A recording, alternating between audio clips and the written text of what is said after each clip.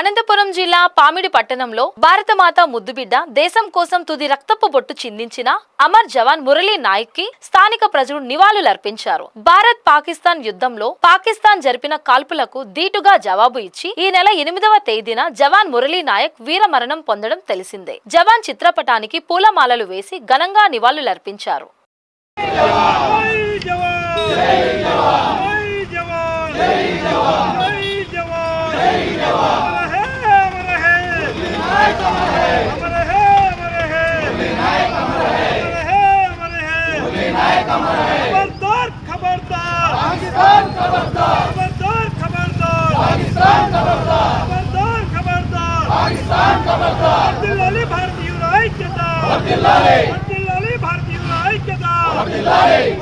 भारतीय